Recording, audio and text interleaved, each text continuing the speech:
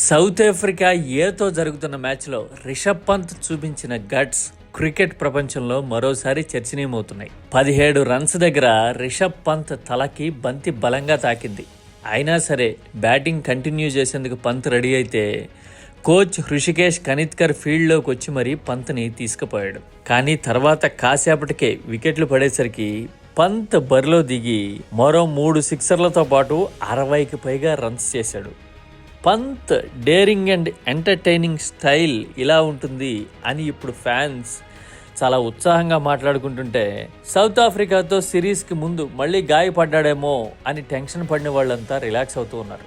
అన్నట్టు పంత్ నేచరే డేరింగ్ అయినా కానీ ఇలా బరిలో దిగి అదరగొట్టడానికి మరో కారణం కూడా ఉందండోయ్. ఇదే మ్యాచ్లో మరో వికెట్ కీపర్ ధ్రువ్ జురెల్ 2 ఇన్నింగ్స్ల్లోనూ బ్రహ్మాండమైన సెంచరీలు చేశాడు. బహుశా పంత్ పనిగట్టుకుని బరిలోకి రావడానికి అది కూడా కారణమా?